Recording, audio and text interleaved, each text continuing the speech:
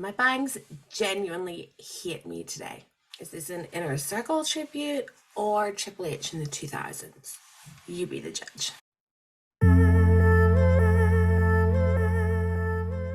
Hello friends and welcome back to my channel. My name is Stephanie Chase and today I will be talking about AEW Dynamite New Year's Smash, which was headlined by Samoa Joe versus Wardlow. As always, I'll be giving you my hot takes as well as revealing what I was the biggest fan of on the show.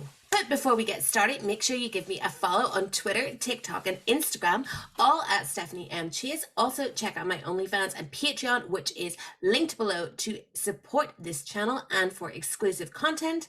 And don't forget to subscribe right now. Hit that subscribe button and turn on notifications to be the first to know when I post a new video. Coming very soon in the next couple of days will be my video all about the trips I took to see AEW in 2022. As I said last week, it is extremely long and I'm trying to edit it down to a more digestible size for all of you, but it's probably going to be about an hour. Not gonna lie. Now, on to the show. It was the final Dynamite of 2022 and the final Dynamite that's gonna look like this. We opened up the show with Ethan Page versus Bryan Danielson. Ethan Page was accompanied by Stokely Hathaway, who took the ball comments to heart and was wearing a hat. But before the match got started, MJF appeared. He was up in the skybox with a lady who was later identified by people online as indie wrestler Daddy Doom. Love that name. She looked amazing, and MJF was there just to watch the match and, you know, hang out with a hot girl. So that was all we saw from MJF. That was all we saw from MJF in the show, which was quite surprising. The match between Page and Danielson, I thought was very good. It was very typical of the matches though that we see from Bryan Danielson, you know, lately. Just a really great match. Nothing really that special or that memorable. Maybe the most interesting thing here is that Danielson got the win using the Regal stretch. Like Regal, gone but really not forgotten. We cannot escape this man. Obviously, he's kind of still a part of the Bryan Danielson story. It's really why he's going after MJF, but still, once again, we get Regal. It wasn't actually called on commentary as a Regal stretch, but he is like omnipresent over AEW still. So Ethan Page did not submit to the Regal stretch. He just went unconscious. After the match, we had Danielson stare down MJF. Okay, then in the back, we were setting up the match between Samoa Joe and Wardlow. We saw Wardlow being interviewed when Samoa Joe attacked him with a bat, taking out his knee. This was great, but I personally would have preferred this angle to be done back when Tonya came out. I think it really would have, you know, hit that little bit harder. We had a backstage segment with Adam Page. He is still not cleared, but he appears to have to travel to Dynamite every week to be told he's not cleared. But it looks like the doctor said he could be cleared in 2 weeks, which is when Dynamite is in LA. So Jon Moxley versus Hangman Page for LA Dynamite. Sign me up. Next, we had Jon Moxley and Claudio Castagnoli taking on Top Flight. I thought this was a really good match. Top Flight were kind of selling how they have an added confidence after the events of the Battle Royal on Rampage. So this match was actually won by Castagnoli hitting the uppercut to put away Darius Martin. So once again, good match. What I would say is Moxley and Claudio, while they are baby faces, they're really good at seeming like heels within the match, and I think I would really like a heel run for the Blackpool Combat Club now, maybe when Danielson breaks away from them, you know, now that Regal is gone, just to totally freshen up the act. And also I'd totally give them a new name. Always hated Blackpool Combat Club as a name. It's even more ridiculous and irrelevant now, I have to say. Next we had Renee Paquette interviewing the Best Friends and Orange Cassidy and Kip Sabian. So Kip Sabian was talking in riddles, and I think really the only riddle he has to answer is why he spent over a year with a box on his head for it to absolutely amount to nothing. But anyway, Orange Cassidy said that Kip didn't deserve a shot at the All Atlantic Championship, and instead he's going to give it to Trent. Next, we had a very short match from Hook. He submitted a jobber called Balaam Links. So it seems like Hook, like every other man, got some links for Christmas.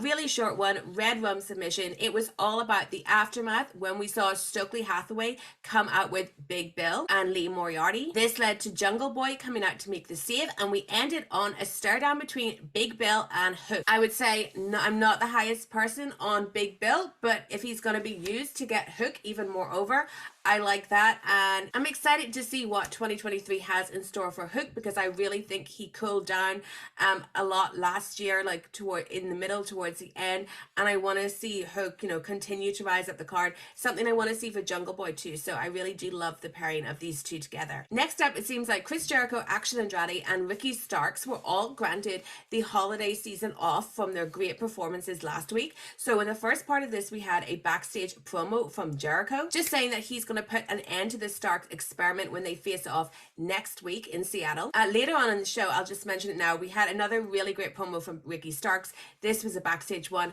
My God, that guy can talk. He's always just, his delivery is so great, so smooth. Nice of him to get the week off. I'm assuming that he did because he was backstage. I personally would have had him come out and have a quick match and then do that promo in front of the crowd to further hype up the match for next week, just so that one of them, Jericho or Starks, appeared in front of the crowd. And of course, no Action Andrade because he was taken out by a fireball last week. Then we had a Falls Count Anywhere match between the Elite and Death Triangle. This is match 6 in their best of 7 series. I have to say, I thought this match was awesome. I know I haven't been the most hyped person for the best of 7 series. I do think, when it's over, that hopefully these guys will kind of really step away from each other. But I thought this match was really good. The Falls Count Anywhere stipulation really added to it, really made it exciting. There were lots of really cool spots in here. I thought the ending was awesome. So we had Pac locking Matt Jackson in the Brutalizer in the ring. But backstage, we had Kenny Omega hitting a one-winged angel through some tables on Phoenix. Kenny Omega ended up getting the cover, while simultaneously Pac was in the ring with the Brutalizer. So when the bell was rung, Pac actually thought he had won, not knowing that Kenny Omega had gotten the 3 count outside of the ring. Such a cool ending. And I think this match, it was really predictable that the Elite were going to win. You could always say, no, they'd swerve us and not go to 7. They've advertised 7 matches. They were definitely going to 7. So I thought this was a really cool way that they did this match to make it still interesting and still exciting, even though the ending was so telegraphed. Next, we had a backstage video of the Acclaimed rapping about Jeff Jarrett and Jay Lethal. This was awesome. Max Caster got some brutal lines here, calling Jeff Jarrett a carny, mentioning Global Force Wrestling, saying that Jeff Jarrett steals money like it's Kurt Angle's wife.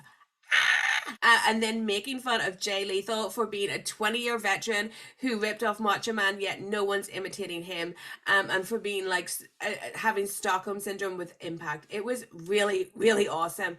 I almost think that this should have just been done in front of the crowd so that we got a crowd reaction to all these great and true lines that Max Caster had prepared. But yeah, absolutely awesome, fun video there from the Acclaimed. We then had a women's tag match where Willow Nightingale teamed up with Ruby Soho against Anna Jay and Tag. I thought this match was absolutely fine. The person that stands out the most is 100% Willow.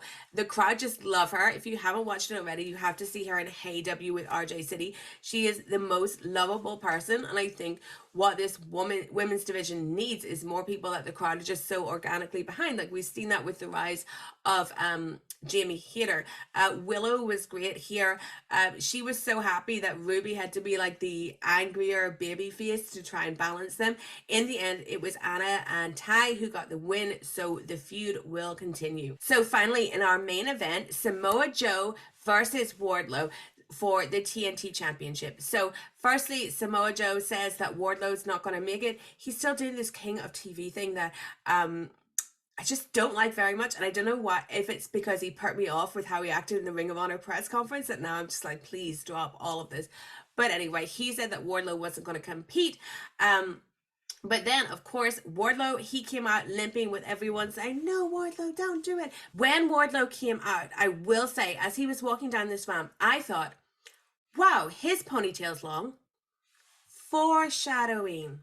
But yeah, he did it. He faced off with Samoa Joe. Samoa Joe, of course, immediately started attacking the legs. I thought Wardlow was really good in this match. It's a different scenario for him because he's usually just squashing guys. And here he was the underdog. Not just because Joe isn't a comparable size to him, but because of the injury that he was going in with. I thought he put on a really good performance. And I actually really wanted him to win, but that's not what they're doing right now. We saw Joe end up locking in the rear naked choke, and Wardlow passed out. So that was like the second pass out finish of the night, because there's always some repetition on Dynamite, it has to be said. But after the match, Wardlow got to his feet. Now there were 3 minutes left here. I thought, what are they going to do? Well, I could not have predicted what they were going to do. So Joe pulled a toolbox out from under the ring. Was he going for a hammer? Was he going for spanners? No, he was going for some little scissors. And what did he do with those scissors? He cut off Wardlow's ponytail, which Tony Schiavone called as a man bun, like he had just heard man bun as an expression like this past week or something. That made me laugh because A, it was Tony Schiavone saying man bun, and then B, I felt that when Wardlow entered the ring, his hair was so obviously not in a man bun, like it was in the most ponytail of all ponytails, that it's like, it's only a man bun if it's in a man bun, Tony, but thank you for trying. So yeah, Wardlow for Christmas gets a free haircut. And then he was too late, but Darby Allin and his skateboard came out to make the save, sending Joe packing.